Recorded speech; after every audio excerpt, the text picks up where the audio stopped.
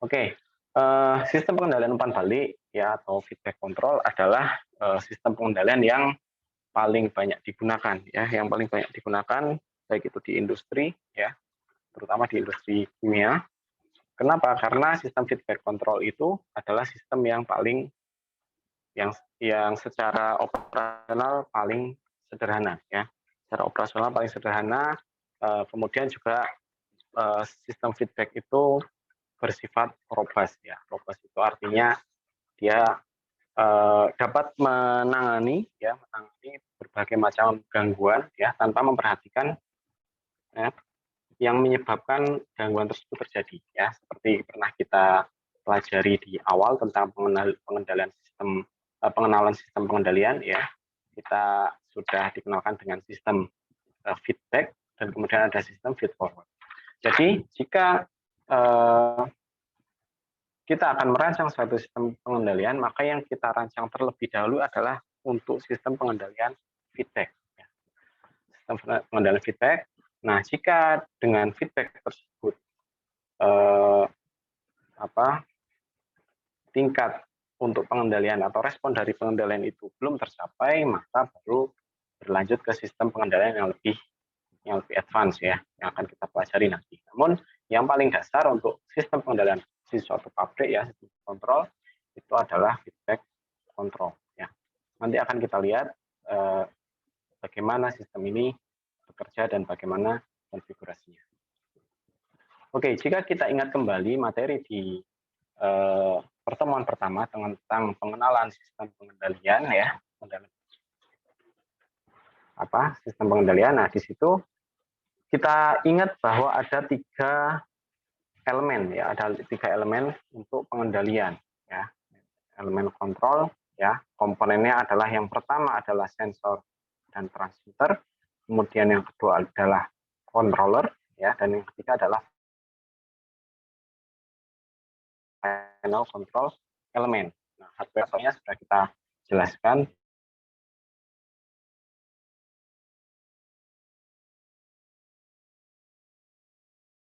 kita lakukan di sistemnya ya. Sensor dan transaksi pengukuran ya atau measurement ya, mengukur nilai variabel yang akan kita kendalikan ya, mengukur CV ya. Ya, jadi ini mengukur CV, kemudian controller dia akan membandingkan ya antara variabel yang diukur dengan variabel yang ditentukan atau set point. Nah, selisih antara set point ya dengan variabel yang diukur itu yang disebut dengan error ya, dengan error. Nah, nanti controller itu akan memutuskan berdasarkan besaran error yang dihitung berapakah penyesuaian dari manipulated variable. Jadi diingat-ingat kembali ya, kemarin ada CV, ada MV, ada DV ya, ada control variable, ada manipulated variable, dan ada disturbance variable. Ingat kembali bahwa CV adalah variabel yang ingin kita kendalikan. Ciri-ciri dari CV adalah dia memiliki set point, ya, memiliki set point. Nah, di sini ada set point-nya adalah suhu. Nah, mana suhu yang diukur? Yaitu suhu keluaran dari heat exchanger ya.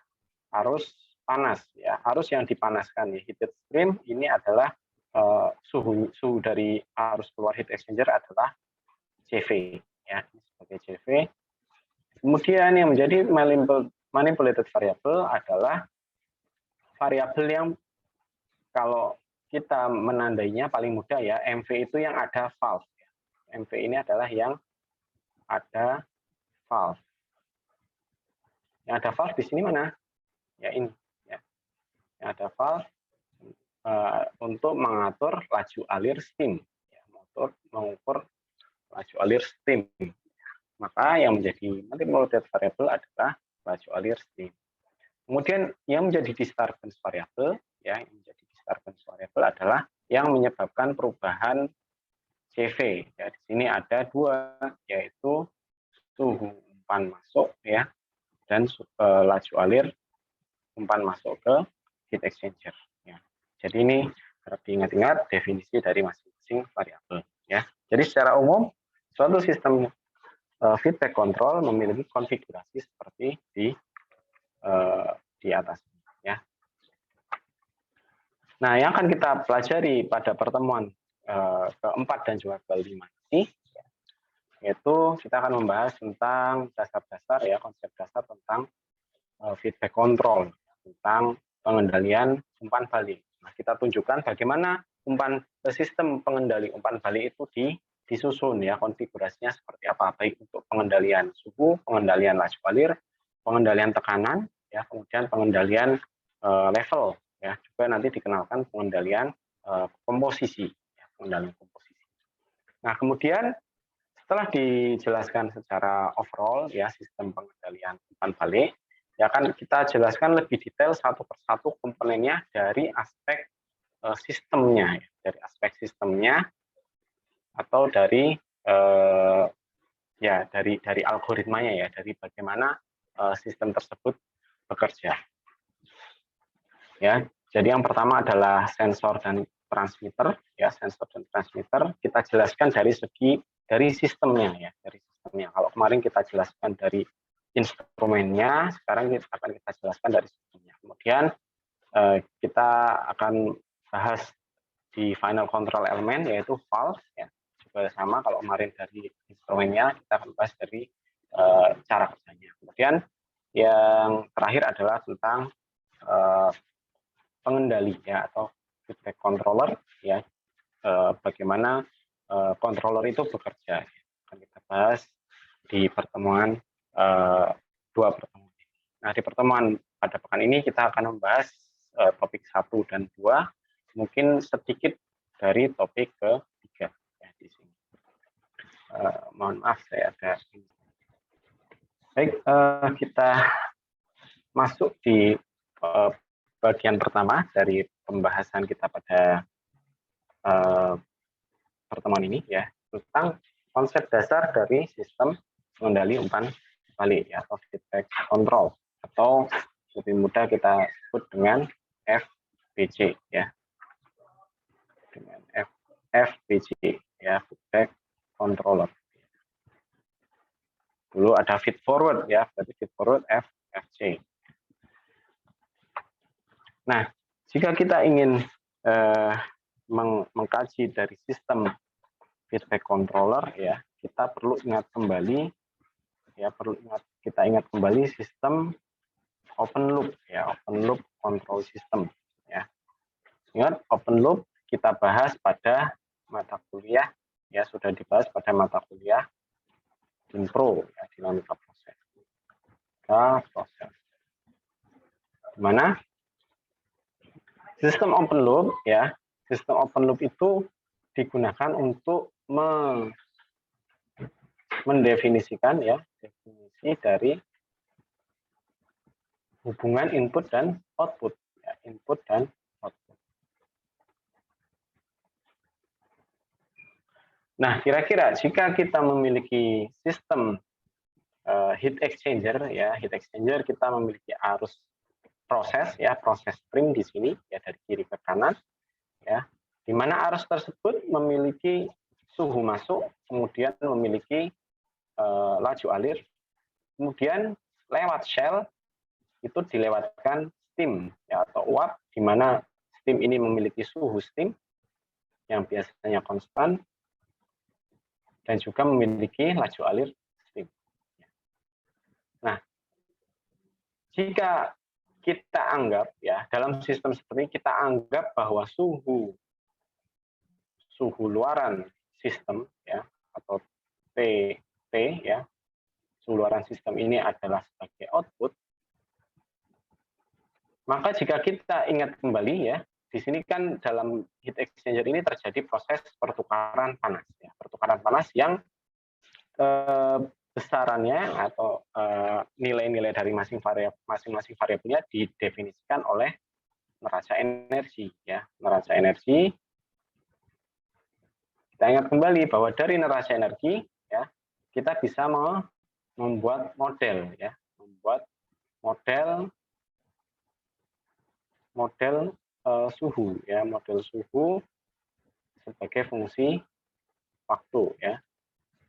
Ya, dari Dinpro ya, kita bisa mendefinisikan ya suhu luaran ya sebagai fungsi dari beberapa variabel yang merupakan input. Nah, kita ingat bahwa untuk memodelkan hal tersebut, kita memiliki beberapa tahapan. Yang pertama, mendefinisikan persamaan diferensial. Kemudian dari pendefinisian persamaan diferensial, kita ingat lagi jika tidak linear dilakukan linearisasi. Ya. Linearisasi, kemudian diubah menjadi term deviasi. Dari term deviasi, kemudian digunakanlah transformasi Laplace. Laplace transform. Nah, ini harap diingat kembali di mata kuliah dinamika proses, bagaimana kita melihat suatu proses ya, melihat suatu fenomena yang dinyatakan sebagai model matematik ya, menggunakan persamaan merasa energi sampai dilakukan transformasi Laplace sehingga kita memperoleh yang namanya fungsi transfer. Ya. Fungsi transfer yang menghubungkan antara input dan fungsi transfer. Fungsi transfer.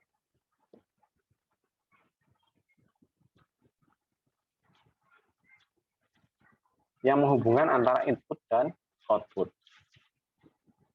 Nah, kira-kira untuk sistem seperti ini, ya, untuk sistem seperti ini, mana yang menjadi inputnya? Ya, variabel mana yang menjadi input? Coba saya minta bantuan Caesar Tera. Caesar Tera, halo? Halo, Caesar? Halo, Pak. Ya, saya minta tolong kamu tunjuk salah satu temanmu untuk menentukan kalau outputnya adalah untuk sistem seperti ini, kalau outputnya adalah suhu luaran dari heat exchanger, kira-kira inputnya mana saja? Silakan, kamu mau nunjuk siapa? Temanmu.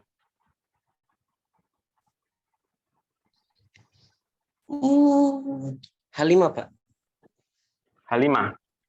Halimah, halo Iya. Halimah, kamu sudah ditunjuk oleh Caesar sebagai penjawab soal. Halo Halimah, standby. Iya, Pak. Ya, kalau kita memiliki sistem pertukaran panas seperti ini dari arus proses dan juga arus steam, jika outputnya ya atau luaran dari sistem itu adalah suhu keluar dari heat exchanger yang saya tunjuk di sini, maka yang menjadi input yang mempengaruhi besaran dari suhu luaran heat exchanger ini apa saja?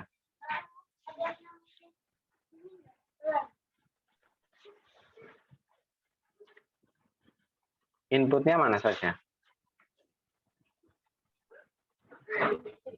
Yang laju alir proses. Laju alir proses, oke. Terus mana lagi? Suhu proses. Suhu proses, oke. Dua. Yang ketiga? Yang ketiga, laju udara yang dari Laju apa? laju udara. Udara. Di sini kita nggak menggunakan udara ya.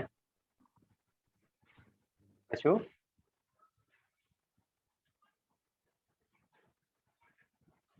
Kan ini nggak ada udara. Yang dipertukarkan itu arus proses dan arus steam. FS ya. Oke. Oke, terima kasih. Ya, jadi inputnya untuk output T suhu luaran dari heat exchanger ada 3 input, yaitu laju alir proses, suhu proses ya, atau suhu umpan masuk ke heat exchanger, dan juga laju alir steam. Oke, ada 3. Suhu steam kita anggap konstan sehingga dia tidak menjadi input. Oke, terima kasih Halimah. Sekarang coba kamu tunjuk satu temanmu ya untuk menjelaskan pengaruh dari masing-masing input itu terhadap output. Silakan Halimah, tunjuk satu temanmu, cewek boleh, cowok boleh. Yubel, Pak. Yubel. Halo Yubel. Halo Pak. Ya, PNP ya. Iya Pak. Oke, pertanyaan saya, ini kan tadi dinyatakan ada 3 input ya, ada 3 input yaitu laju alir proses, kemudian suhu umpan heat exchanger, dan juga laju alir steam. Nah, bisakah kamu jelaskan efek dari masing-masing input itu terhadap output yang yaitu luaran dari heat exchanger? Maksud saya efek adalah jika variabel ini naik maka output naik atau output turun. Bagaimana penjelasannya? Oke Pak. Untuk variabel laju alir, ketika laju alir ini naik, itu Laju alir naik, laju alir naik, ya. terus Untuk yang di steam head itu tidak naik Pak, karena itu kan suhu Pak yang berubah. tidak naik. Tidak naik berarti kayak gini, Ya. gitu ya. Ya, biasa karena tidak ada perubahan. Kemudian untuk suhunya, ketika suhunya itu naik. Suhu yang 2 ya berarti ya. Iya Oke, Pak. kalau suhu naik terus? Untuk suhu di steamnya juga naik. Heated stream, ya ini ya, di output ya. Suhu keluaran, ya. Oke. Suhu keluaran, ya Pak. Mohon maaf Pak, untuk yang pertama tadi ya. Turun Pak, ketika turun. Yang pertama ini. Ya, alasannya apa? Karena ketika terlalu banyak volume atau aliran yang masuk ke dalam heat exchanger. Heat exchanger, itu nanti akan menyebabkan suhunya bisa turun, Pak. Oke. Terus yang terakhir, variabel terakhir, input terakhir adalah steam ya, laju alir steam. Efeknya apa? Untuk steam, ketika steamnya naik, laju alir steam naik, maka di heat exchanger laju keluaran HE itu akan naik juga, Pak, suhunya. Oke, baik ya. Jadi ya berdasarkan ini ya, berdasarkan intuisi kita terhadap sistem yang kita hadapi bahwa ada 3 variabel yang mempengaruhi besaran dari output ya, yaitu laju alir steam, laju alir proses, kemudian suhu proses, dan juga laju alir steam.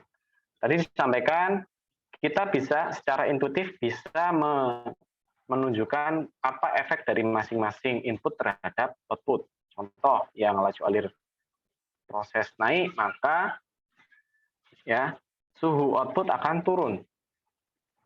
Ya, secara intuitif karena ketika kan laju alir proses itu yang arus proses itu yang kita panaskan. Jika benda yang dipanaskan itu makin banyak ya dengan proses pemanasan yang tetap, maka suhunya tentu akan turun. Oke, secara intuitif sudah betul.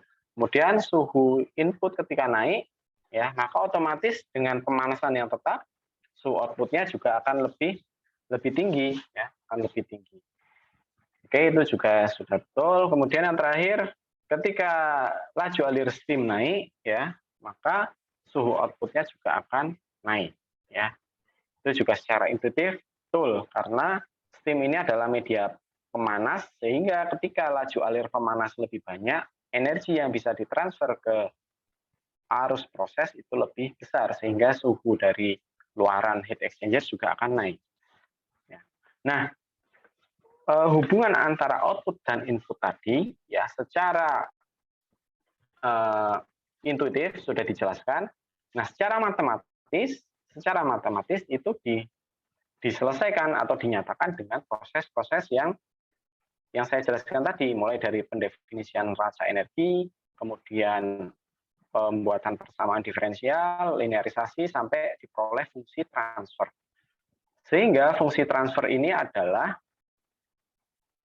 suatu pernyataan ya, atau suatu persamaan matematis yang menyatakan apa yang tadi dijelaskan oleh teman kalian Yubel ya.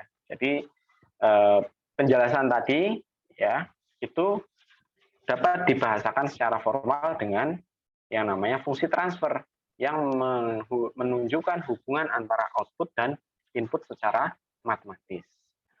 Nah, jika kita susun ya, kita memiliki sistem seperti ini, kemudian kita susun menjadi suatu fungsi transfer ya, atau menjadi suatu blok diagram balok, maka akan kita peroleh bentuk fungsi transfer berikut ya. Di mana tadi ya bahwa nilai dari output itu dipengaruhi oleh input, di mana input kita bagi menjadi dua. Dalam pengendalian proses, input kita bagi menjadi dua, yang mana input pertama sebagai disturbance, yang nilainya tidak bisa kita kendalikan, pokoknya apa adanya ya, mau berubah, mau tidak berubah, itu tergantung dari variabel tersebut, tidak bisa kita atur. Ya, itu input yang pertama sebagai disturbance. Kemudian input yang kedua adalah manipulated variable. Ya, jadi dalam pengendalian proses ada dua input. Ada dua input yang mana kedua input itu akan saling berinteraksi ya. Yang akan saling berinteraksi yang hasil interaksinya itu menentukan besaran dari output. Ya, itu mungkin perbedaan antara di DINPRO dan juga di pengendalian proses. Kalau di DINPRO kita melihat hubungan antara output dan input semata-mata kita memiliki input akan memberikan efek kepada output seperti apa. Ya, seperti yang kita tunjukkan tadi, kita memiliki dua input, bagaimana pengaruhnya ke output. Nah, ketika nanti kita menerapkan suatu pengendalian proses, maka kita harus mendefinisikan ya suatu output yang merupakan CV dan juga suatu input yang merupakan disturbance dan juga manipulated variable. Disturbance adalah variabel yang tidak bisa diubah ya, yang nilainya itu ya sesuka dia ya, mau naik mau turun, mau tetap ya, mau naik turun itu terserah dia. Sedangkan kita memiliki MP atau manipulated variable yang nilainya harus diatur untuk mengimbangi ya, mengakomodir perubahan dari disturbance. Sehingga ketika antara manipulated variable dan disturbance variable itu dihubungkan dengan suatu persamaan berikut ya, persamaan fungsi transfer, nanti efeknya outputnya akan tetap ya, outputnya akan tetap. Nah, untuk open loop kita lihat bahwa manipulated variable itu nilainya tetap ya, nilainya tetap tidak dipengaruhi oleh output. Sehingga ketika terjadi disturbance ya, maka otomatis outputnya akan berubah ya, sehingga sistem open loop control itu biasanya tidak stabil jika ada disturbance ya. Kemudian kita review kembali di pertemuan pertama bahwa gangguan atau disturbance terhadap suatu proses ya, terhadap suatu sistem pengendalian ya, disturbance-nya itu ada dua hal. Ya. Yang pertama adalah disturbance karena adanya insiden ya, sifatnya insidental. Ya, misalkan kita memiliki heat exchanger, kemudian ada cup yang bocor, kemudian ada sumbatan dan lain sebagainya. Ya, itu adalah gangguan ya, atau perubahan input yang nilainya karena hal-hal yang bersifat insidental ya. Kemudian yang kedua adalah disturbance yang dia by system ya, yang karena sistem pengendalian itu menghendaki variabel tersebut untuk berubah ya. Ini yang disebut kemarin sebagai wild flow ya. Wild flow. Atau disturbance ini menjadi MV bagi sistem pengendalian lain.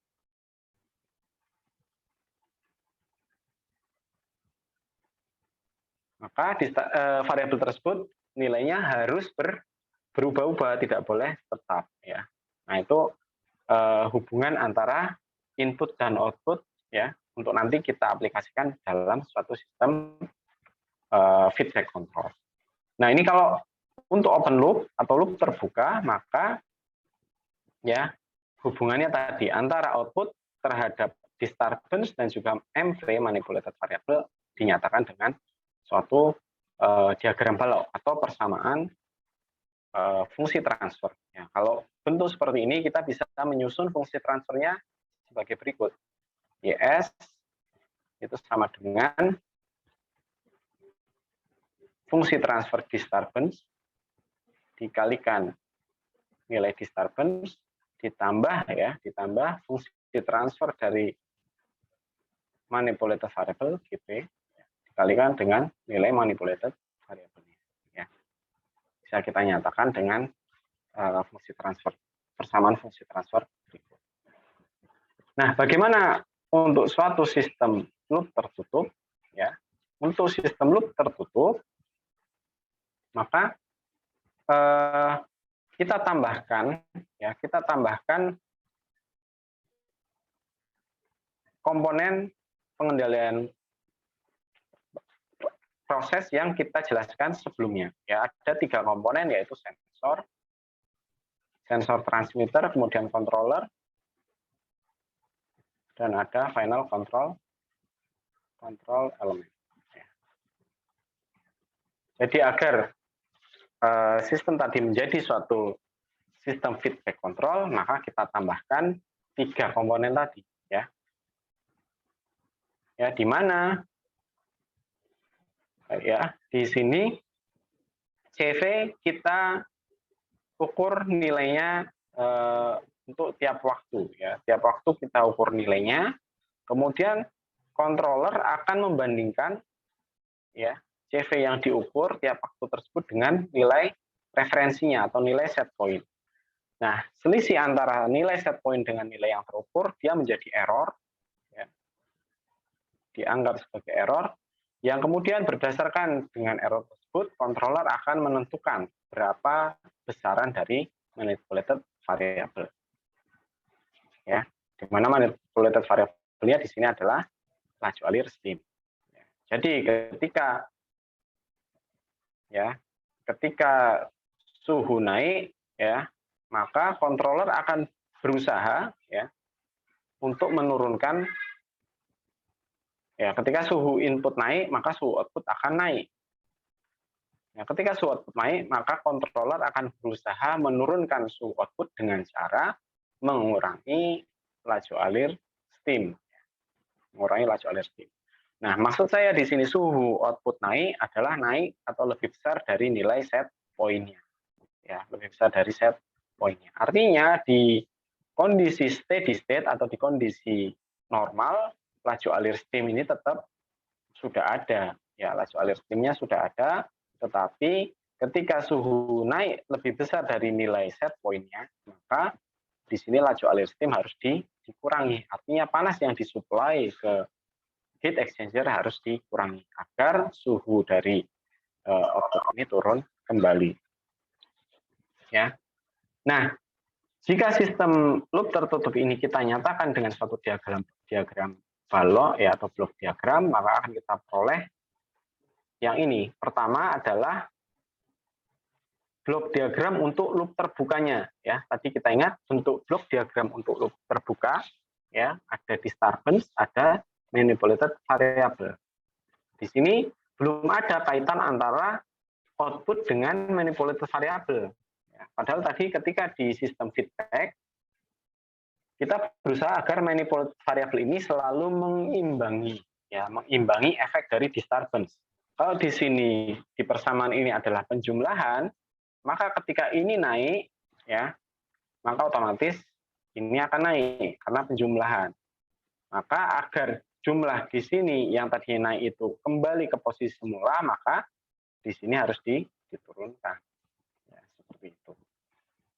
Ya, karena persamaannya adalah penjumlahan. Nah, bagaimana menghubungkan antara output dengan manipulated variable sehingga kita peroleh loop tertutup seperti di atas? ya seperti ini. Nah, diingat kembali bahwa untuk panah yang merah ini tidak ada arus material yang masuk ke sana ya, karena dari UTS ataupun ujian yang tahun lalu itu masih ada yang beranggapan bahwa ketika kita memiliki diagram seperti ini, maka ada sebagian arus proses itu yang masuk ke yang merah-merah ini. Nah, ini tidak betul ya.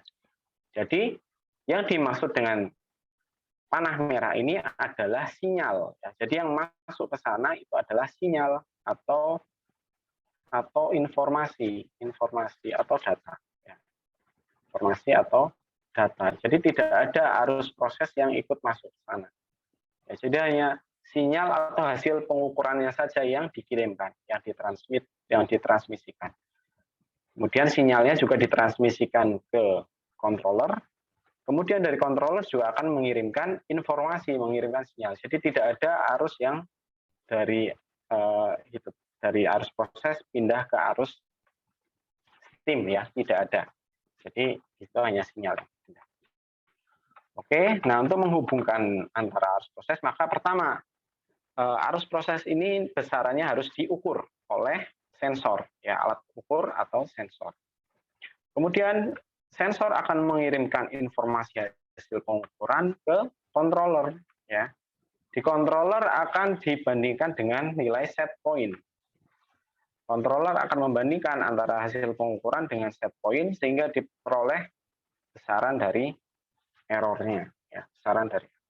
Kemudian controller akan mengirimkan output ya atau luaran ke final control element ya. Final control element adalah valve di sini. Valve di mana valve akan mengatur laju alir ya, laju alir dari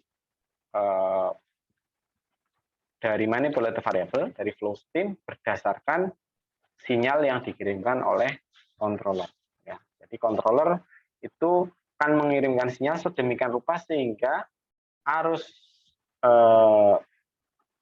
dari steam itu akan mengakomodir atau mengimbangi, mengkompensasi besaran dari disturbance ya. Jadi secara skematik ya, feedback control itu dinyatakan dalam diagram balok dengan bentuk seperti ini ya. Ini adalah bentuk default ya, bentuk dasar lah untuk suatu sistem pengendalian umpan balik. Nah, dari sini ya, dari konfigurasi controller seperti ini, maka kita bisa mendefinisikan dua aksi controller. Ya. Ada dua aksi controller atau aksi mekanisme pengendali. Aksi mekanisme kendali. Hanya mekanisme kendali ya, sistem pengendalian ini ya, sistem pengendalian ini ada dua aksi. Yang pertama adalah direct ya, direct. Yang kedua adalah reverse. Jadi ada dua aksi kendali. Nah, bagaimana membedakan? Sebelum bagaimana membedakan, mengapa kita perlu mengetahui dan mendefinisikan aksi dari controller? Ya, karena ya mekanisme dari controller ini akan mempengaruhi nanti adalah tuning dari alat kontrolnya, ya akan mempengaruhi tuningnya. Ya, apakah controller itu akan diset memiliki aksi direct atau aksi reverse? Kalau salah menetapkan aksi dari controller, nanti akan menyebabkan sistem kendali ini malah tidak stabil, ya. Yang harusnya sistem kendali ini mengimbangi atau mengkompensasi efek dari disturbance, yang ada justru malah menyebabkan CV-nya atau luaran dari sistem kendali ini malah tidak stabil. Nilainya yang harusnya konstan, makin lama makin besar. Jadi sangat penting untuk mengetahui mekanisme dari controller tersebut. Nah, bagaimana cara menentukan mekanisme dari controller? Ya. Jika kita melihat sistem kontrol ini secara standalone, ya tanpa memperhatikan sensor dan juga valve-nya ya, tanpa memperhatikan sensor dan valve, hanya memperhatikan dari controller saja, maka mekanisme kontrol direct itu adalah jika CV naik, ya, maka untuk mengendalikan CV ke nilai semula, controller akan menaikkan MP.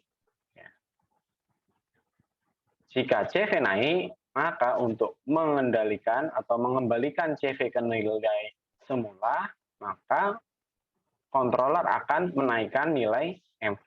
Ini jika direct, ya, jika direct.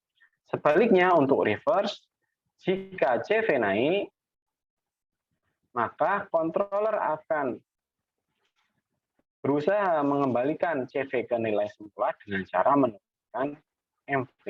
Ya, jadi gampangnya gitu. Aksi direct, jika CV naik, MV-nya dinaikkan. Caranya adalah menaikkan MV. Kalau reverse, kalau CV naik, maka cara dia mengendalikannya adalah dengan cara menurunkan MV. Nah, kita lihat di sini. Untuk sistem heat exchanger, ya, sistem heat exchanger, jika ada disturbance yang menyebabkan suhu naik, contoh tadi adalah suhu input. Suhu input naik, maka menyebabkan suhu output naik. Maka tadi disampaikan bahwa untuk agar suhunya itu turun, tadi caranya adalah dengan menurunkan laju alir steam, ya kan? Karena tadi efek dari laju alir steam adalah kalau suhu steam itu diturunkan, maka suhu luaran akan turun. Ketika suhu steam naik, suhu luaran akan naik. Maka ketika suhu naik, ya, maka cara kita adalah jangan kita tambahkan laju alir steamnya naik juga. Nanti efeknya justru suhunya tambah naik lagi. Maka yang dilakukan adalah suhu atau laju alir steam ini kita turunkan.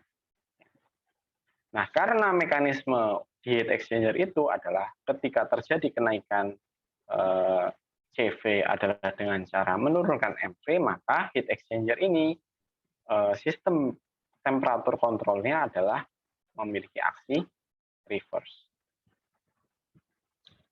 Ya, itu untuk penentuan aksi dari mekanisme pengendali. Mungkin sebelum dilanjutkan ada yang mau ditanyakan terkait dengan aksi kendali tersebut?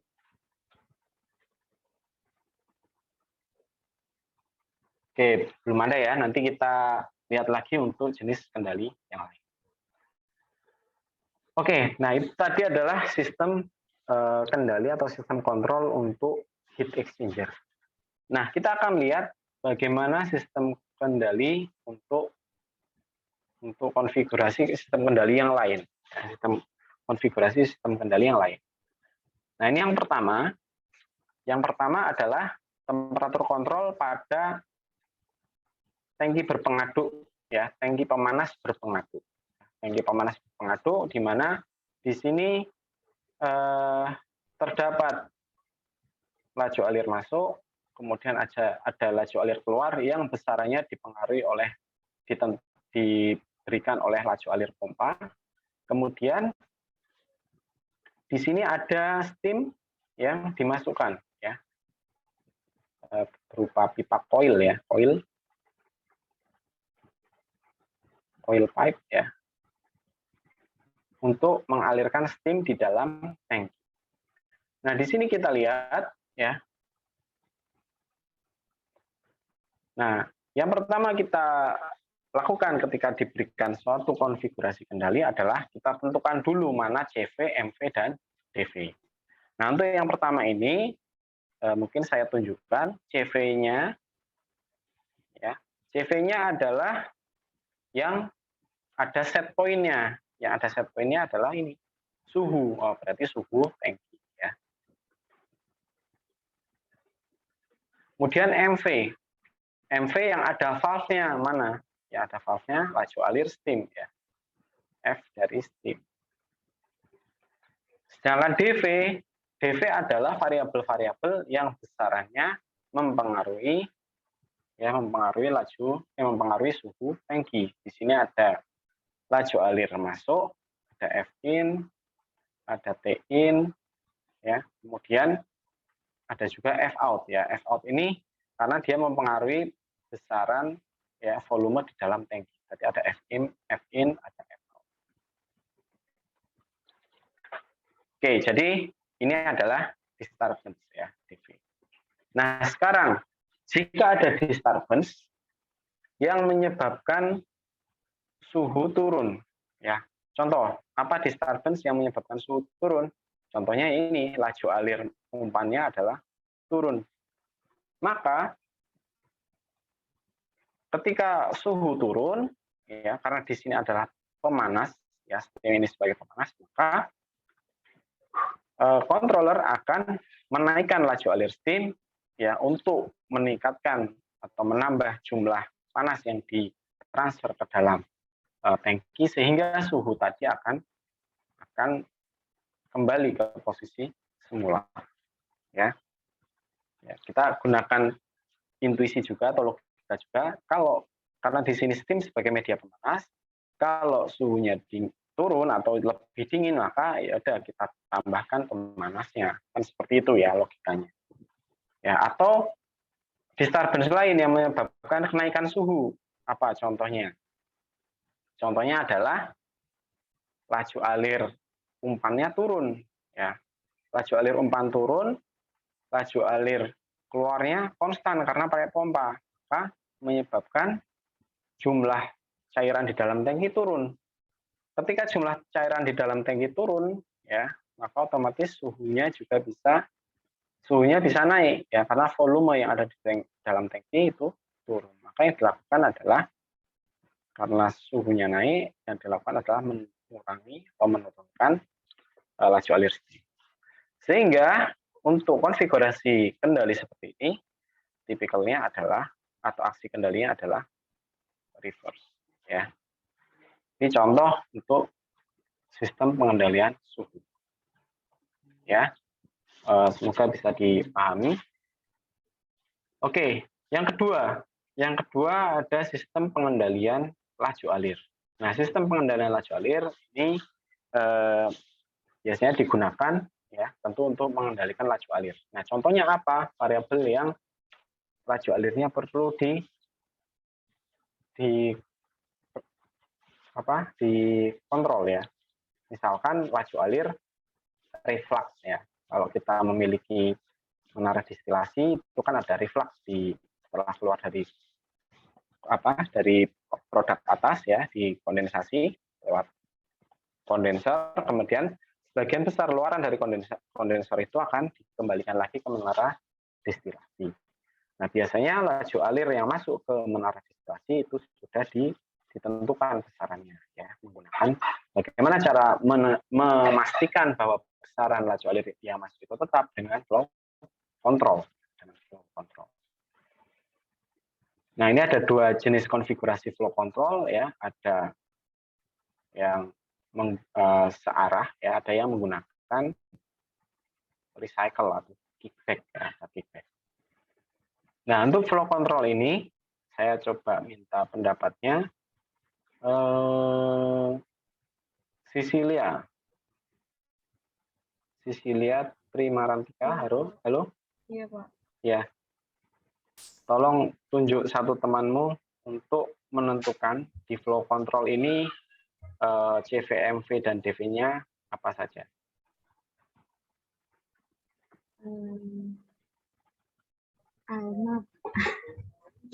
Alma.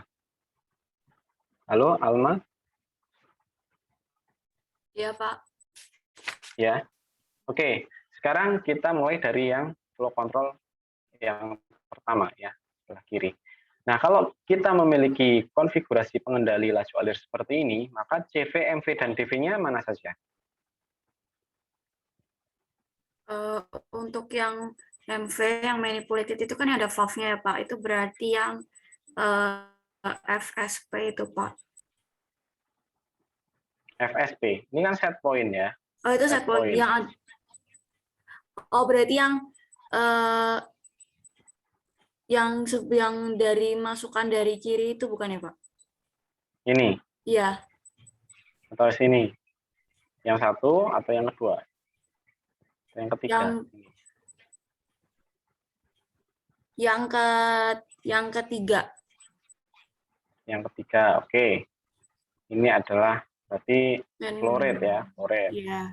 Terus Untuk set CV-nya, point-nya, untuk set CV-nya, point-nya itu CV yang VSP itu. FSP.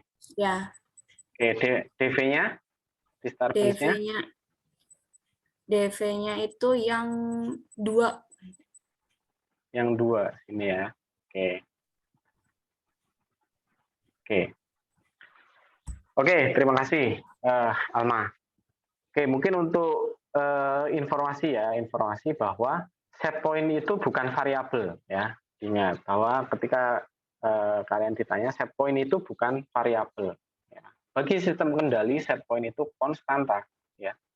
Bagi sistem kendali set point itu konstanta karena kita tidak mungkin mengacu ya menjadikan suatu nilai yang berubah-ubah itu sebagai referensi ya. Jadi di sini set point-nya ini sebagai konstanta ya, dia nilainya tidak berubah terhadap waktu. Jadi tidak tepat jika kita nyatakan set point ini sebagai variabel. Ya, kemudian diingat kembali jika kita memiliki sistem kendali ya, diingat bahwa tidak ada variabel, tidak ada tidak ada variabel, tidak ada arus material yang melewati loop pengendalian ini ya. Karena yang ada di sini adalah sinyal atau informasi ya. Jadi tidak ada laju alir yang lewat sini. Maaf Pak, Ya, itu CV-nya harusnya F ya? Iya. CV-nya F. Iya, Ya, F. Pak. Oke, F ya. Oke ya, jadi yang di set point dia konstanta, tidak ada bukan variabel ya. Dan diingat kembali yang ada di sini tidak ada arus material ya. Jadi kalau ada laju alir seperti ini, misalkan ini ngalirkan air, yang nggak ada air itu yang masuk ke transmitter, tidak ada yang masuk ke controller. FT ini adalah flow transmitter ya. Ingat-ingat flow transmitter. Jadi simbolnya juga harap diingat kalau ada seperti ini, TT ini adalah temperatur transmitter, kemudian TC adalah temperatur controller ya. Ya, ini adalah instrumen, menunjukkan instrumen. Ya, ini menunjukkan instrumen, ini juga sama. Flow transmitter menunjukkan instrumen ya yang menghasilkan sinyal pengukuran laju alir. Dan flow controller dia mengolah sinyal tersebut kemudian menghasilkan sinyal luaran untuk mengatur bukaan dari laju alir. Oke, mungkin pertanyaan saya masih ke Alma. Laju Ya, alir yang ada di 1, 2, dan 3 besarannya sama atau beda, atau lebih besar atau lebih kecil? Kalau yang ketiga, kalau yang ketiga itu tergantung dari valve-nya sih, bukan sih Pak? Maksudnya pengaruh dari valve. Pengaruh dari valve. Berarti kalau misalkan saya memompakan 1 liter per detik ya di pompa di sini, kemudian valve-nya ini saya kurangi, berarti laju alir di 3 lebih kecil daripada laju alir di 2 atau gimana? Iya Pak. Nah, lebih kecil. Iya, lebih kecil. Oke. Kalau lebih kecil larinya kemana tuh laju alirnya? Kalau lebih kecil, Saya punya 1 liter per detik, kemudian lewat valve jadi setengah liter per detik gitu. Kecil kan saya harus tahu, dia lebih kecil berarti dipisahkan kan arusnya pergi kemana yang lebih kecil itu. di pompanya ini bukan sih Pak? 1 liternya kan yang masuk di arus 1 kan ya Pak? Ya, dari pompa masuk 1 liter per detik, kemudian pompa itu juga memompakan 1 liter per detik. Kemudian dari 1 liter per detik itu lewat valve. Lewat valve-nya dikecilkan. Kalau valve dikecilkan, berarti lewat valve ini nilainya akan seperti apa?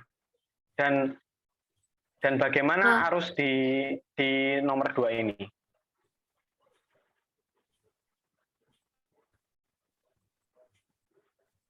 Apakah tetap atau juga berkurang? Kalau valve-nya dikecilkan berarti masukannya juga kecil nggak sih Pak? Masukan ke jadi dari Nah, pompa keluar harus keluar pompa masuk ke valve itu juga makin kecil. makin kecil. Oke. Ya, diingat di praktikum PDTK ya. Tapi kalian praktikumnya ini sih ya, daring ya. Jadi nggak terlalu ini. Ya, jadi kalau sistem seperti ini, maka besaran arus baik di 1, di 2 dan di 3 itu nilainya adalah sama. Ya, nilainya sama. Jadi kalau misalkan nih, ini pompanya 1 liter per detik, kemudian dilewatkan valve. Ketika dilewatkan valve, kemudian diperkecil sehingga keluar dari valve ini menjadi 0,5 liter per detik, maka yang keluar dari pompa pun akan ikut sama 0,5, yang juga 0,5. Ya, karena dia kan seri ya, sifatnya seri. Jadi dimanapun di sepanjang pipa itu laju alirnya kurang lebih sama ya. Jika ada efek kan hukum Bernoulli ya, laju alirnya tuh sama laju alirnya. Ya, jadi jangan dibedakan nilai variabelnya, baik yang setelah keluar valve maupun sebelum keluar valve. Ini adalah sama-sama F ya, baik CV, MV, dan DV-nya. Nah, untuk flow control seperti ini, maka nilai variabel CV, MV, dan DV itu adalah sama. Ya, jadi yang berubah-ubah juga flow rate, yang kita kontrol juga flow rate, yang nanti kita ubah-ubah untuk mengatur flow rate, ya flow rate itu sendiri. Jadi agak spesial kalau flow control. Jadi ketika laju alir di sini naik, laju alir naik karena satu hal, maka di sini akan dikecilkan valve-nya sehingga nanti laju alir yang naik itu akan kembali ke posisi semula. Ya, itu kalau flow controlnya konfigurasinya seperti di samping ini. Namun agak berbeda kalau konfigurasinya seperti di kanan ya, yang kedua. Jika flow rate di sini naik, ya, maka untuk mengembalikan flow rate sehingga kembali ke posisi semula, maka justru kita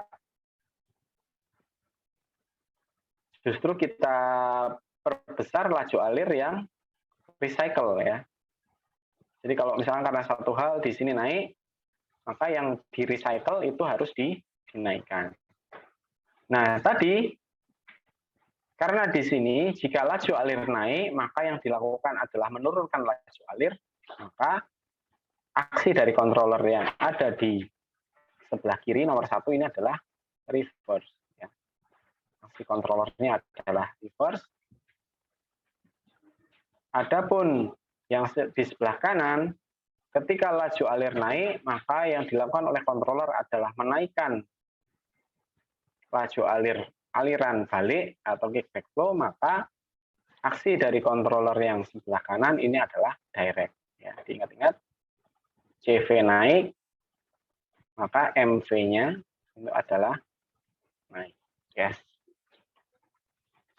Oke, itu adalah flow control ya, atau pengendali laju alir.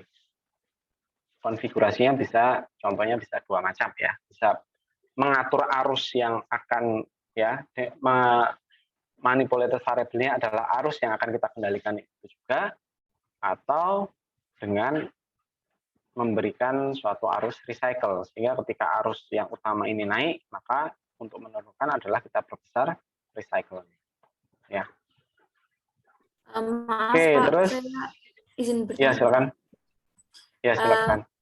Iya Pak, berarti kalau misalkan dari F-nya, itu kan F yang kontrol variabel itu, kalau misalkan dia naik dari yang seharusnya, dari yang kita inginkan, ini kan berarti akan ada pengirim sinyal gitu ya Pak, yang mengatur valve-nya ini membesar atau mengecilnya itu. Nah kalau misalkan kontrol variabelnya naik, berarti kan valve-nya dikecilkan. Nah itu yang akan mempengaruhi arus 1 dan 2 gitu ya Pak, arus masuknya. Iya, betul.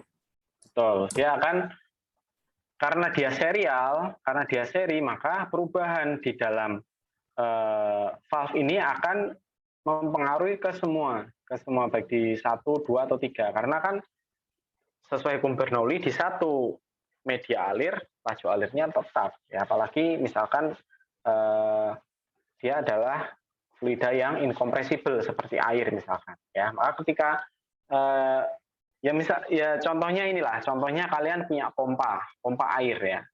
Pompa air dia muter.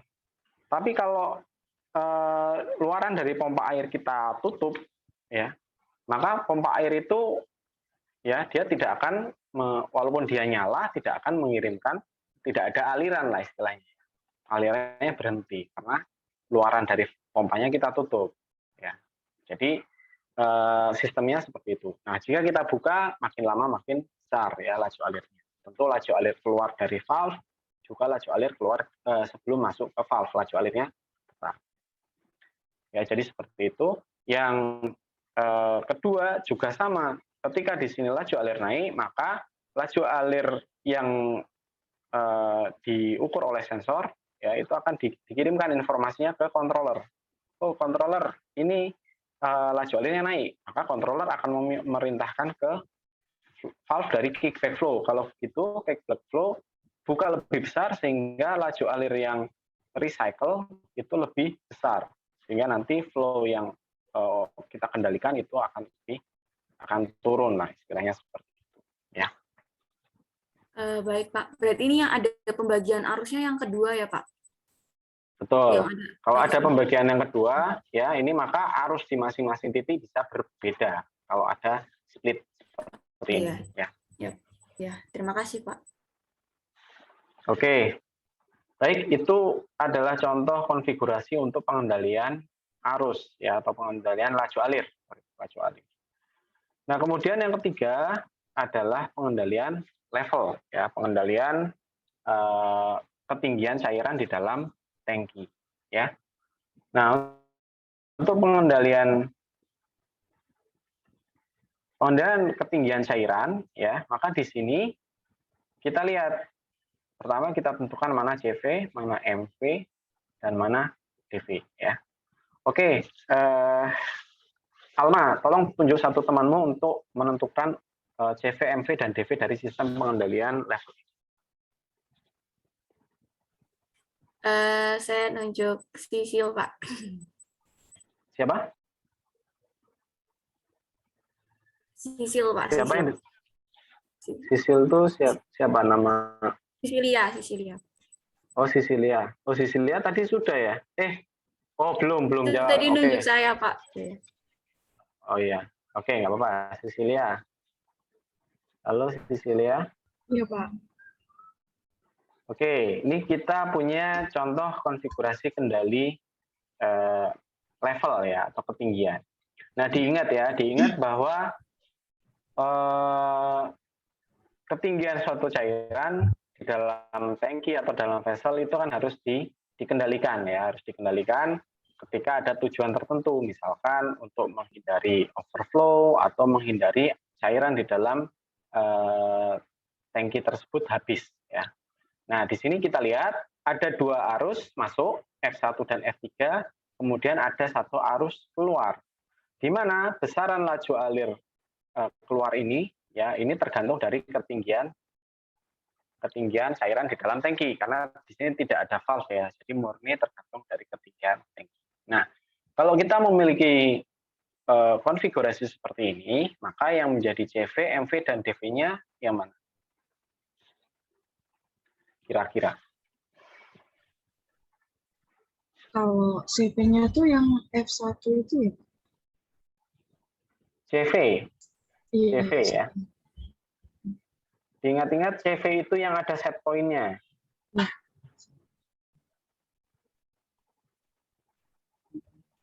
Ingat, ini saya kasih underline ya, saya kasih garis bawah nih, level control. Berarti menjadi CV, kontrol variabelnya apa?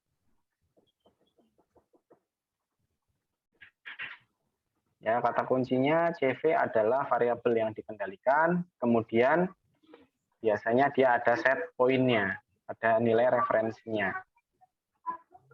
Oh, yang ketinggiannya ya, Pak? Ketinggian berarti yang mana? Ya. Variabelnya yang mana? Yang hanya, Pak. H, oke. CV-nya adalah H ya. seperti yang ini. Kemudian MV-nya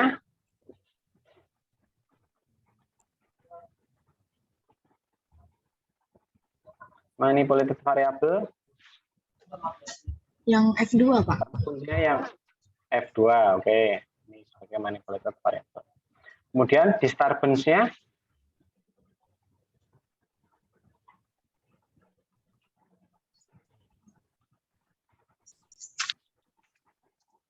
yang dari disturbance jadi disturbance Yang F1, Pak. F1. F3 disturbance enggak? F3 juga, Pak. F3 disturbance. Oke, saya tulis dulu ya. Oke, anggaplah ini betul ya, anggap betul. Terus sekarang kalau bentuknya seperti ini, berarti kira-kira aksi kendalinya apakah direct atau reverse? Kamu bisa menentukan nggak? Dilihat dari prosesnya dan kira-kira apa yang terjadi jika level naik, maka aksi kendalinya dia apakah menaikkan atau menurunkan F2 atau gimana?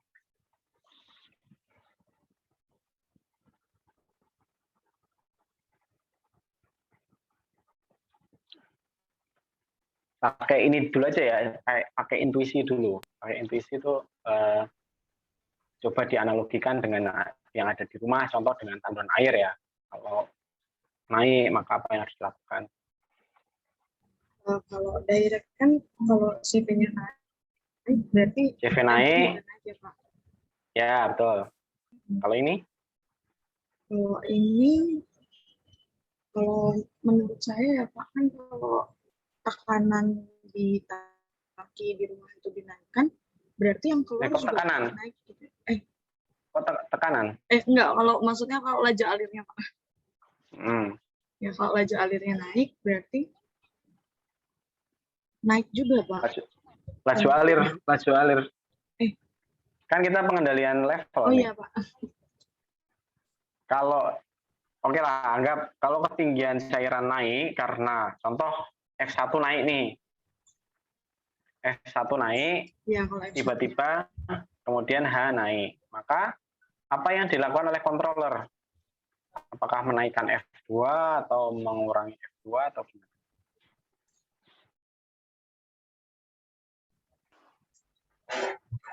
Kalau ininya naik ya Pak, kalau hanya naik ya tadi.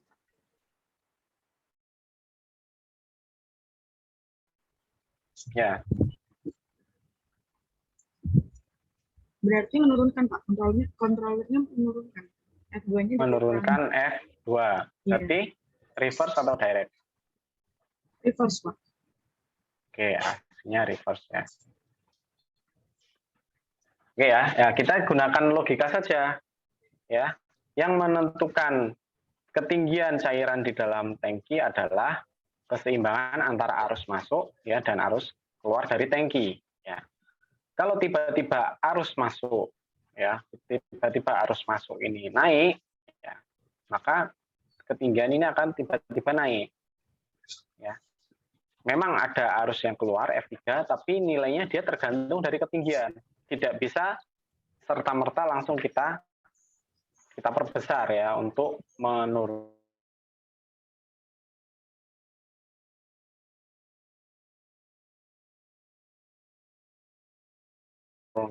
makanya dilakukan ada kurang ya nanti seimbang lagi 1 liter per detik ya 1 liter per detik. Di sini misalkan lagi pas kondisi steady state di sini 0,5 di sini 0,5. Maka jika tiba-tiba di sini naiknya jadi 1 liter per detik, maka kan di sini nggak langsung tiba-tiba mencapai steady state jadi 1,5 liter, tapi dia akan naik berangsur-angsur tergantung dari ketinggian tangki, ya tidak langsung jadi 1,5 ya. Kalau 1,5 dia berhenti, tapi dia akan berangsur-angsur sehingga di saat tersebut ya H ini akan naik. Ketika terjadi kenaikan H, maka akan dibaca oleh sistem kendali. maka sistem kendali akan memerintahkan, oh ini naik 1 jadi 1 liter, ya udah berarti yang ini saya turunkan, misalkan ditutup ya jadi 0 misalkan, sehingga nanti dia jadi steady state. Ya. Jadi bekerjanya seperti itu. Jadi di sini yang murni menjadi disturbance itu adalah F1, karena dia yang bisa berubah-ubah secara sesuai keinginan dia ya, sesuai variabelnya. Adapun F3, besaran dari F3 ini adalah tergantung dari ketinggian. Jadi dia tidak bisa secara independen untuk berubah-ubah nilainya. Ya, jadi yang lebih tepat sebagai disturbance adalah F1. Ya, F3 bukan disturbance real. Ya. Oke, itu yang pertama. Ini adalah reverse ya. Ini adalah reverse. Kemudian, Pak, saya mohon tanya, Pak. Ya, silakan. Berarti kalau semisal ada variabel yang dia tuh sebenarnya tergantung dengan variabel lain, berarti dia tidak termasuk disturbance ya? Dia tidak independen ya istilahnya, karena dia fungsi dari variabel lain ya. Jadi kan kalau tadi disampaikan bahwa disturbance itu kan input ya, di mana input itu nilainya harus dia bisa berubah-ubah secara independen. Adapun jika dia besarannya dipengaruhi oleh variabel lain, maka sebenarnya yang jadi disturbance-nya bukan variabel itu, tapi variabel apa yang menyebabkan variabel tersebut berubah. Nah, anggaplah di sini ya, kita melihat bahwa nilai F3 itu fungsi dari H. Ya, padahal H itu fungsi dari F1 dan F2. Jadi sebenarnya yang merubah nilai F3 itu adalah perubahan dari F1 dan F2. Ya, jadi bukan F3 itu sendiri. Jadi tidak tepat juga jika dinyatakan F3 ini sebagai disturbance. Nah, beda cerita jika nanti F3 ini besarannya dipengaruhi oleh bukaan valve ya, atau dipengaruhi oleh ada pompa ya. Misalkan ada pompa kan besarannya tergantung dari settingan pompa tersebut. Maka F3 ini jadi disturbance. Tiba-tiba pompanya mati, tiba-tiba pompanya lebih cepat misalkan ya. Jadi contoh misalkan di F3 ini saya pasang pompa. Nah, maka F3 ini jadi disturbance bagi sistem level, bagi sistem pengendalian level. Ya, karena besaran F3 murni dipengaruhi oleh settingan pompa. Namun jika dia murni karena gravitasi, ya tadi tidak ada pompa, maka besarannya dipengaruhi oleh ketinggian H, ya maka dia bukan menjadi disturbance. Ya kira-kira seperti itu. Pak, saya izin bertanya lagi ya Pak. Kalau Ya. misal tadi Bapak mencontohkan kalau misalnya diberi pompa dia jadi disturbance. Apa dia juga enggak jadi MV juga ya MV. Pak? Karena kan kalau kayak gitu dia mempengaruhi ketinggian pompa juga pasti nanti Pak. Oke, dia bisa jadi MV jika dihubungkan dengan controller. Ya. Kalau nanti dihubungkan dengan controller, maka dia jadi MV seperti yang akan ditunjukkan oleh gambar berikut. Ya, jadi yang gambar ketiga ini, nah mungkin karena tadi Angela karena tertarik dengan masalah tersebut, maka silakan bisa langsung dijelaskan. Kalau kita memiliki sistem kendali dengan bentuk seperti ini, maka CV, MV, dan DV-nya mana aja? Kalau kemudian CV aksinya itu, ya kalau CV itu dari ketinggiannya ya Pak. Oke. Karena yang dikontrolkan itu. Terus nanti yang jadi DV-nya, MV-nya itu F3 karena nyambung dari controller, ada valve-nya juga bisa diatur. Terus kalau buat disturbance-nya itu dari F1 sama F2 karena mereka laju alir masuk yang nggak ke kontrol masuknya berapa. Oke, terus aksi kontrolernya kira-kira apa? Kalau bentuknya seperti ini. Kalau misal naik, F1, ya kalau misal ketinggiannya naik itu kan karena pengaruh dari F1 dan F2-nya juga naik ya Pak. Ya, makanya dilakukan. Pompanya dibesarkan Pak, dibuka valve-nya lebih besar. Jadi nanti laju alir keluarnya juga lebih banyak biar ketinggiannya tetap. Berarti direct atau reverse? Ini direct. Oke ya. Oke, gitu seperti itu ya kira-kira logikanya untuk mekanisme ataupun aksi dari controller kira-kira seperti itu ya. Jadi ini contoh yang settingan kedua untuk level control yang tadinya MV-nya itu di input, sekarang MV-nya atau perubahan untuk mengatur besaran dari level itu adalah dengan mengatur laju alir yang output. Misalkan tadi tiba-tiba laju alir inputnya naik, sehingga ketinggian naik, maka controller akan membuka atau memperbesar bukaan valve di F3, sehingga nilai F3 akan naik. Sehingga nanti ketinggian akan kembali ke posisi semula. Oke, terima kasih, Angel. Kemudian berikutnya ini contoh pressure control. Pak, mohon maaf, Pak. Ya, Saya silakan. mau nanya terlebih dahulu, Pak. Kalau semisal yang menjadi MV itu lebih dari satu, itu bisa nggak ya, Pak? Menjadi MV lebih dari satu. Menjadi MV lebih dari satu, mungkin bisa saja secara matematis ya, tapi dalam prakteknya agak jarang, karena nanti jadi apa ya istilahnya, kalau masih feedback control biasa itu jarang ya, jarang MV-nya satu. Namun kalau nanti kita masuk ke sistem kendali yang namanya cascade control ya, cascade control, maka ini MV-nya dua. MV-nya dua. Jadi nanti ada dua variabel yang sama-sama mempengaruhi besaran CV ya. Akan kita bahas setelah UTS untuk sistem pengendalian lanjut.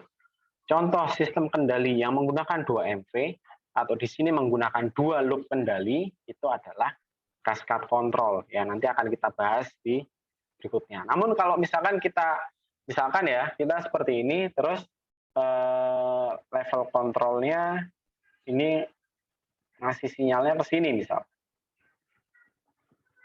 Ya, di sini ada valve, kemudian kita tambahkan ke sini, seperti itu ya. Ya mungkin bisa saja, tapi jarang ya, karena nanti bagaimana menentukan besaran dari output sinyalnya yang ke sini dan yang ke sini ya. Ya secara matematis mungkin bisa, secara matematis bisa diatur besaran yang ke sana efeknya sekian persen, yang ke sini sekian persen. Namun secara praktikal ini saya jarang menemui juga ya. Kira-kira seperti itu. Baik, Pak. Terima kasih ya, Pak. Oke, terima kasih. Baik, yang berikutnya ini adalah pressure control ya untuk pengendali tekanan. Ya, ini contoh kita memiliki vessel ya flash drum yang di sini mengandung gas ya, di bagian atas mengandung gas. Ya, maka flash drum ini ya jika terjadi kenaikan tekanan ya, ini yang diukur tekanan ya, tekanan di dalam flash drum. Maka jika terjadi kenaikan tekanan, maka controller ya itu akan memperbesar bukaan. Ya, jika tekanan di sini naik, ya logikanya yang membuat tekanan itu banyak kan karena gas itu terkungkung ya, terkurung di dalam vessel. Jika valve ini ketika tekanan naik makin ditutup, maka logikanya ya tekanannya akan makin besar. Maka agar kembali ke tekanan semula yang dilakukan ya harus dibuka. Maka aksinya adalah direct. Jadi jangan hanya melihat dari diagramnya, tapi juga secara logis gimana cara kerjanya. Ya. Ingat yang lari ke sini ini adalah sinyalnya saja, informasinya atau hasil pengukuran. Ya, kemudian dibandingkan dengan set point, kalau lebih tinggi dari set point, ya maka akan ditambah bukaan dari valve-nya sehingga laju alirnya tekanannya akan berkurang di dalam. Nah, yang terakhir adalah konfigurasi untuk composition control ya, untuk mengendalikan komposisi. Nah, mungkin kemarin di bagian pengukuran itu tidak sempat kita bahas ya alat-alat pengukur komposisi ya, atau alat-alat pengukur konsentrasi suatu senyawa atau suatu zat di dalam suatu aliran. Nah, di sini komposisi suatu aliran itu bisa diukur dengan beberapa metode, ya, yaitu dengan mengukur densitasnya, mengukur viskositasnya, ya, mengukur konduktivitasnya. Tentu ini dengan prinsip campuran, ya, bahwa densitas campuran itu sama dengan fraksi mol 1 fraksi mol 1 dikalikan rho 1 ditambah fraksi mol kedua kali rho 2 dan seterusnya, ya. Dengan prinsip ini, ya, maka nanti densitas campuran bisa untuk mengindikasikan berapa fraksi mol dari masing-masing komponen, ya. Dan juga ada alat-alat ukur lain, ya, alat-alat ukur lain untuk mengukur komposisi. Nah, ini contoh konfigurasi kendali untuk suatu alat pencampur atau alat mixing. Contohnya misalkan kita memiliki 2 arus, ya. Arus pertama ini adalah fresh feed. Kemudian arus kedua ini dari recycle. Arus fresh feed itu memiliki komposisi yang tetap, ya. C1 itu konstan. Sedangkan untuk recycle itu C2 komposisinya itu dia variabel, berubah-ubah. Padahal agar umpan dari fresh feed dan recycle ini bisa dimasukkan ke reaktor sesuai dengan spek yang diinginkan, konsentrasinya harus tetap. Maka apa yang dilakukan? Ya, yang dilakukan adalah diatur berapa jumlah fresh feed yang dicampurkan ke dalam mixer. Ya. Makanya di sini untuk mengatur komposisi atau konsentrasi di luaran mixer diatur dengan mengubah-ubah laju alir dari umpan segar dari fresh feed. Ya, contoh ya ini dengan neraca massa biasa, ya. Contoh di sini konsentrasinya naik. Konsentrasinya naik karena ada gangguan, ya, konsentrasi dari dari reaktan naik. Nah, padahal di sini ditetapkan set point-nya nilai tertentu. Maka yang dilakukan adalah yang masuk dari fresh feed itu diturunkan. Ya, laju alirnya ini. Laju alirnya diturunkan. Sehingga aksi dari composition control-nya adalah reverse. Ya, kira-kira seperti itu untuk mengatur komposisi di proses mixing.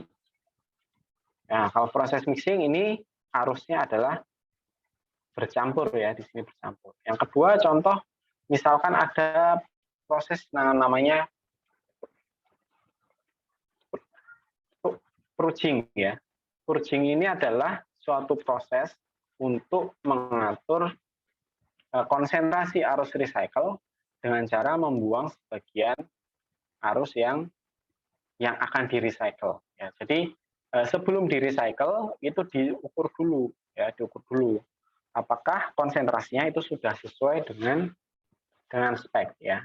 Jadi tadi untuk mengatur komposisi sebelum masuk reaktor ada 2 cara, ya, dengan cara dengan cara mengatur arus fresh feed masuk dan juga dengan mengendalikan arus yang akan di-recycle, ya. Komposisinya dengan cara dibuang sebagian komposisi. Nah, selain itu purging itu juga dilakukan untuk mengurangi atau menghilangkan impurities agar tidak terakumulasi di dalam sistem. Ya, jadi impurities misalkan dia balik lagi, ya. Jadi kan yang balik melalui recycle misalkan dari mengalir destilasi itu tidak hanya umpan tadi, tapi juga ada impurities. Nah, agar impurities itu tidak terakumulasi, ya, maka harus ada yang dibuang. Itu juga bisa dilakukan dengan proses purging, ya. Oke, itu adalah beberapa konfigurasi untuk sistem pengendalian, ya, sistem pengendalian umpan balik. Nah, mungkin sebelum kita lanjutkan, ada yang ingin ditanyakan terkait dengan konfigurasinya. Nah, kalau di sini, ya, ketika yang jadi CV kan ini ya konsentrasinya ya. Ketika konsentrasi ini naik, ya konsentrasi impurities naik, maka di sini purging-nya harus ditambah ya. Purging harus ditambah sehingga dia menjadi direct juga. Direct. Oke, itu adalah beberapa contoh-contoh untuk sistem kendali umpan balik. Oke, jika tidak ada yang ditanyakan, saya lanjut sedikit ya untuk bagian yang kedua, yaitu tentang sensor dan transmitter. Nah, apa itu sensor dan transmitter? Intinya kedua komponen ini ya itu memiliki fungsi. Ya, bahwa sensor itu berfungsi untuk menghasilkan suatu fenomena kelistrikan ya itu dari variabel yang diukur. Ya, kemarin kita tunjukkan di sensor ya bahwa dari perubahan suhu bisa menyebabkan perubahan resistivity, perubahan posisi ya kalau misalkan menggunakan termometer ya. Nah, perubahan fenomena fisik sebagai dampak dari pengukuran variabel yang diukur itu dihasilkan oleh sensor. Nah, kemudian transmitter berfungsi untuk mengubah ya hasil pengukuran tadi menjadi sinyal yang bisa ditransmisikan. Mengapa dalam sistem pengendalian perlu adanya transmitter? Karena kemarin syarat pengendalian otomatis itu adalah hasil pengukuran harus bisa ditransmisikan sebagai sinyal ke controller. Ya, jadi sensor dan transmitter harus digunakan, tidak hanya sensor saja ya. Nah, hasil luaran dari sensor itu adalah suatu variabel atau suatu sinyal yang merupakan luaran dari transmitter yang besarannya itu tergantung atau sebanding dengan besaran dari variabel yang diukur. Ya, jadi kalau mengukur suhunya 100 maka sinyalnya sekian. Ya, kalau tekanan sekian PSI maka besaran sinyalnya sekian. Nah, besaran sinyal itu nanti tergantung dari jenis sinyal yang digunakan. Nah, secara ideal harusnya hubungan antara sinyal yang dihasilkan oleh transmitter dan variabel yang diukur itu harusnya linear, ya. Harusnya linear. Sehingga besaran dari sinyal itu dia sebanding dengan besaran variabel yang diukur. Namun ada beberapa kondisi di mana besaran sinyal itu dia tidak memiliki hubungan yang linear, ya. Karena alat yang digunakan, misalkan prinsip dari alat tersebut memang non-linear ya, contoh termokouple atau orifice flow meter. Nah, bagaimana menanganinya nanti bisa dilihat dari fungsi transfer dari alat tersebut ya. Nah, dari jenis sinyal yang digunakan ya ada beberapa oleh controller ya dan juga oleh sinyal yang digunakan oleh sistem kendali ada beberapa jenis. Ada pneumatik ya, sinyal pneumatik itu adalah sinyal yang menggunakan udara bertekanan sehingga besaran dari sinyal itu ya itu ditunjukkan oleh besaran tekanan udara ya di mana range-nya itu dari 3 sampai 15 PSIG ya, biasanya ini range yang digunakan. Kemudian simbolnya untuk sinyal pneumatik adalah garis, kemudian ada 2 garis miring. Kemudian ada sinyal elektrik ya, sinyal listrik ini bisa berupa arus listrik atau berupa voltase ya. Voltase kodenya garis putus-putus. Kemudian ada sinyal digital. Nah, sinyal digital ini adalah sinyal yang berupa bilangan biner ya. Bilangan biner ya, untuk detailnya mungkin lebih paham orang elektro ya, tapi kira-kira seperti ini. Simbolnya adalah garis, kemudian 1 garis miring. Nah, parameter terkait dengan sinyal itu ada beberapa parameter ya. Ada istilahnya range. Range itu adalah nilai minimum dan maksimum dari variabel yang diukur. Kemudian ada span atau lebar dari range. Itu adalah perbedaan antara nilai maksimum dan minimum. Ya. Kemudian ada zero, itu adalah nilai terendah dari range-nya. Ya, jadi kalau menggunakan parameter tersebut, maka masing-masing sinyal memiliki spesifikasi sebagai berikut ya. Sinyal pneumatik itu range-nya 3 sampai 15 PSIG dengan span-nya itu adalah 12 PSIG dan zeronya atau nilai minimalnya 3 PSIG. Kemudian sinyal elektrik berupa arus listrik itu 4 sampai 20 miliampere ya, ada dua jenis 4 sampai 20 dan 10 sampai 50 ya. Kemudian arus elektrik berupa voltase 1 sampai 5 volt dan 0 sampai 10 volt. Nah, sinyal-sinyal ini digunakan di industri. Nah, terus bagaimana jika di dalam sistem kendali itu menggunakan sinyal yang berbeda-beda? Contoh kontrolernya pakai elektrik, valve-nya pakai pneumatik ya, atau hasil sensornya itu voltase, sinyal yang dikirimkan adalah pneumatik misalkan. Apa yang dilakukan? Maka kita perlu konverter ya, perlu namanya konverter, istilahnya adalah ini transducer. Jadi ada beberapa transducer untuk mengubah jenis sinyal ya. Ada IP transducer mengubah dari arus listrik jadi pneumatik atau jadi tekanan ya, dari arus listrik jadi tekanan. Ada PI transducer dari tekanan atau pneumatik jadi arus listrik. Juga ada transducer yang lain. Ini untuk satu jenis sinyal yang analog ya. Sinyal analog adalah sinyal yang terdiri atas arus listrik atau pneumatik itu. Ada juga transducer untuk mengubah dari analog jadi digital. Jadi sinyal berupa arus listrik diubah jadi sinyal digital. Ya. Sinyal digital adalah sinyal yang dinyatakan dalam bilangan biner. Ya. Bilangan biner. Nah, bisa seperti ini atau digital atau analog transducer. Ya. Dari data digital jadi arus listrik. Nah, ini diperlukan jika instrumen yang digunakan itu menggunakan sinyal yang berbeda-beda. Ya. Nah, ini contoh mengubah dari sinyal analog jadi digital ya. Misalkan hasil pengukuran analognya seperti ini, maka tergantung bilangan digitnya, bilangan binernya, maka bisa diperoleh sinyal yang seperti ini atau yang lebih kecil, yang resolusinya lebih halus. Ini yang 16 bit, ini yang 3 bit. Ya, kita tidak perlu mendalami ya. Nah, kemudian karena tadi ya suatu sensor transmitter itu menunjukkan hubungan antara variabel yang diukur ya atau proses variabel terhadap output dari transmitter ya. Maka untuk menunjukkan hubungan antara kedua variabel tersebut ya, maka suatu sensor transmitter itu memiliki juga yang namanya fungsi transfer ya. Jadi yang menunjukkan berapa besarnya transfer output ya, transmitter output terhadap besaran dari variabel yang diukur ya. Itu ada fungsi transfernya ya.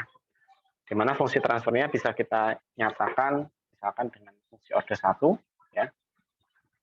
Nah, kalau kita punya fungsi transfer order 1 untuk menyatakan transmitter ya, untuk menyatakan bagaimana berapa besaran sinyal yang dihasilkan oleh transmitter terhadap variabel yang diukur, maka ada dua parameter yang ditunjukkan ya, ada gain dan juga ada time constant. Nah, gain ini untuk menunjukkan berapa nilai transfer output pada kondisi steady state ya. Jadi kalau misalkan proses variabelnya tadi contohnya adalah sinyal pneumatik ya, misalkan 10 PSIG, maka di sini jadi berapa transmitternya? Misalkan dia secara arus listrik ya, di sini jadi misalkan 15 miliampere.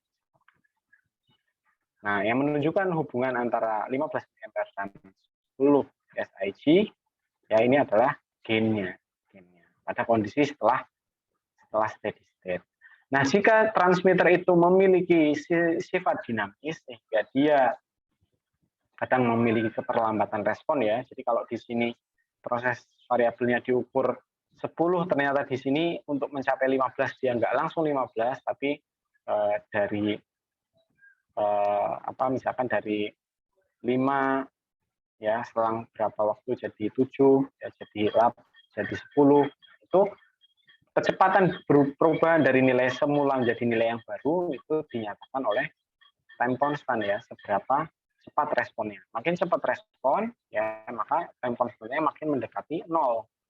Kalau mendekati 0, maka setiap terjadi perubahan nilai variabel, maka di saat yang sama nilai dari transmitter output juga akan berubah. Ya. Jadi hubungan antara output transmitter dengan variabel yang diukur bisa dinyatakan dengan suatu fungsi transfer. Nah ini untuk menyatakan gain, ya ini bisa ya dengan menunjukkan range dari transmitter output dan variabel yang diukur. Jadi misalkan sensornya memiliki range 200 PSIG dan transmitter memiliki range dari 4 sampai 20 ampere untuk menyatakan besaran dari nilai sensornya, maka kita memiliki gain sekian 0,08 miliampere per PSIG. Ya. Atau transmitter outputnya bisa kita nyatakan sebagai persen, ya, sebagai persen transmitter output dari 0% sampai 100%. Ya, sehingga gainnya ini menyatakan tadi hubungan antara variabel yang diukur dengan transmitter outputnya itu adalah sebesar 0,5% per PSIG. Ya. Nah, di sini yang penting ya, nah ini yang berikutnya kalau ternyata non-linear ya. Kalau non-linear maka contoh misalkan kita mengukur laju alir dengan mengukur tekanan, maka hubungan antara laju alir dan variabel yang diukur nanti non-linear ya. Ya, karena kita mengukurnya tidak langsung. Oke. Nah, di sini yang paling penting ya, yang paling penting adalah bahwa suatu sensor dan transmitter itu memiliki persamaan fungsi transfer ya. Artinya dia membutuhkan memiliki hubungan antara output yang dihasilkan oleh sensor dan juga input dari hasil pengukuran. Intinya seperti itu. Karena nanti akan kita gunakan untuk menyatakan berapakah nilai yang diukur ya untuk kemudian dibandingkan dengan errornya, dengan error oleh controller. Jadi ada suatu fungsi transfer. Oke, mungkin ada yang mau ditanyakan terkait sensor? Ada yang mau ditanyakan? Dari saya belum ada, Pak. Oke. Maaf Pak, Oke, mungkin ya silakan. saya izin bertanya sedikit Pak, untuk yang sensor dan transmitter itu kalau yang dihubungkan dengan tadi yang konfigurasi Pak, Ya. itu berarti kalau sensor itu yang berhubungan langsung dengan, misalkan tadi kontrol variabelnya ketinggian cairan di tangki ya Pak, berarti sensornya itu yang berhubungan langsung dengan kontrol variabelnya Pak. Betul. Jadi misalkan di sini ketinggian CV-nya tadi adalah H. Maka di sini H ini menjadi proses variabel ya. Jadi proses variabel. Cuman kan tidak mungkin sinyal itu bentuknya adalah H 5 meter gitu. H 5,2 meter kan enggak. Dia harus diubah menjadi suatu besaran yang bisa ditransmisikan ya, baik menggunakan elektrik ya, menggunakan jaringan listrik atau menggunakan jaringan kalau digital misalkan pakai fiber optik ya, atau menggunakan sinyal elektromagnet ya, pakai GSM, pakai sinyal 4G misalkan. Nah, agar bisa dikirimkan dengan media-media tersebut, maka informasi terkait dengan tinggi tangki itu harus diubah ya kan, harus diubah. Nah, hasil pengubahan dari besaran dari tinggi tangki itu menjadi suatu nilai sinyal ya, itu yang dilakukan oleh transmitter. Ya. Contoh di sini H ketinggiannya diukurnya 5 meter. Maka kemarin tergantung dari sensornya. Contoh sensor yang kita gunakan adalah sensor tekanan, karena kita mengukur ketinggian berdasarkan prinsip hidrostatik ya, sesuai dengan yang sensor kemarin. Maka akan kita peroleh nilai tekanan bahwa 5 meter ini ya sebanding dengan tekanan yang ada di dalam sensor ya, yang ada di dalam sensor adalah misalkan 10 psi, misalkan ya. Maka nanti di dalam transmitter itu akan mengubah dari nilai 10 psi jadi keluaran transmitter, jadi berapa miliampere atau berapa volt ya, yang nilainya sebanding dengan ketinggian ini ya. Jadi dari masing-masing variabel ini nanti ada suatu hubungan kesebandingan. Kalau di sini 5 meter, ini 10 psi, maka arusnya contoh 15 miliampere. Ya. Kemudian besaran arus ini yang dikirim ke controller. Kalau di sini pengukurannya jadi 6 meter, maka di sini juga harus sebanding ya, sebandingnya misalkan dia jadi naik jadi 12 psi. Ya. Di sini jadi misalkan 17 miliampere. Jadi ada hubungan kesebandingan. Jadi ketika nanti kita controller membaca, oh di sini 17, maka sama aja dia membaca di sini 6 meter. Ya. Jadi seperti itu alur dari sinyal itu dikirimkan. Ya. Tidak bisa besaran 6 meter dikirimkan. Oh ini ada informasi 6 meter. Bagaimana caranya? Nah secara instrumen dia harus diubah menjadi suatu sinyal yang bisa dikirim. Misalkan dengan tadi, dengan besaran arus listrik, besaran tegangan listrik, besaran tekanan, ya misalkan pakai sistem pneumatik dan lain sebagainya. Oke, ada ya masih kita ya. Baik Pak, berarti kalau misal ini saya tanya lagi Pak, kalau misal Ya. dia berkaitannya kan tadi kalau yang tangki tadi kan tentang valve ya Pak, bukaan valve. Ya. Itunya apa namanya respon buat Ya. ngontrolnya itu. Ya, Itu betul. kalau dari alurnya ini berarti dia dikonversinya dalam bentuk apa Pak? Untuk Oke, tadi contoh. Nah, ini kan sinyal elektriknya dikirimkan ke pengendali ya, ke controller ya, untuk dibandingkan dengan set point. Nah, nanti set point itu juga nilainya harus sama dengan sinyal ini ya. Satuannya harus sama. Contoh set point-nya adalah 5 meter. 5 meter set point itu sama dengan berapa sinyal ini? Sinyalnya tadi 15 miliampere. Nah, di sini set point-nya 15 miliampere, maka controller akan membandingkan yang kebaca 17, berarti ada error. Ya, set point dikurangi 17, dikurangi yang terukur 15 dikurangi 17, ada 2 miliampere sebagai error. Ya. Nah, 2 miliampere ini akan diolah oleh controller ya, dengan mekanismenya kita mungkin tidak tahu. Dia akan memberikan luaran. Nah, luarannya misalkan dia berupa arus listrik juga, akan memberikan luaran tergantung dari nanti jenis controller yang kita gunakan, apakah proporsional atau proporsional integral atau proporsional integral derivatif ya, tergantung jenisnya. Itu akan mengirimkan sinyal ke valve juga. Nah, nanti di valve itu kerjanya gimana? Apakah dia pakai elektrik atau pakai mekanik ya, atau pakai pneumatik. Nah, jika sinyal yang dikeluarkan oleh controller itu berbeda dengan sinyal yang dioperasikan di dalam valve, maka tadi perlu converter, perlu namanya transducer. Kalau di sini berarti IP transducer, mengubah dari sinyal listrik jadi sinyal pneumatik. Yang perubahannya itu tentu harus sebanding ya, harus sebanding. Ya, jadi prinsipnya adalah antar jenis sinyal ini ada kesebandingan, sehingga ketika di sini terukur sebagai tinggi itu sebanding dengan berapa nilai sinyalnya yang ada di controller. Kira-kira seperti itu ya. Adapun detail gimana PI transducer itu seperti apa, dia kan pasti di dalamnya ada rangkaian listrik ya, kita nggak tahu juga seperti apa. Nah, kita cukup tahu bahwa ada instrumen seperti itu yang bekerja di sistem pengendali.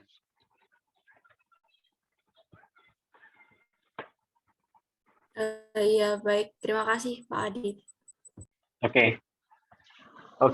Untuk yang terakhir, ya, kontrol valve, ini mungkin kita pelajari di pertemuan berikutnya kali ya. Jadi karena waktunya sudah mepet ya. Ini sekalian nanti yang control valve dan tadi pengendali ya, ada PI controller, ada P controller, PI controller dan PID controller ya. Akan kita bahas di pertemuan berikutnya. Kalau di hari Senin kemarin sempat sedikit ya bahas yang control valve, tapi mungkin karena ini juga hari Jumat, jadi kita ikutkan di pertemuan berikutnya saja ya. Oke, terakhir sebelum saya tutup, ada yang mau ditanyakan lagi? Permisi Pak Adit, Ya, saya lupa absen Pak. Oh iya, nanti tolong di WA grup saja. Ya, baik, terima kasih Pak.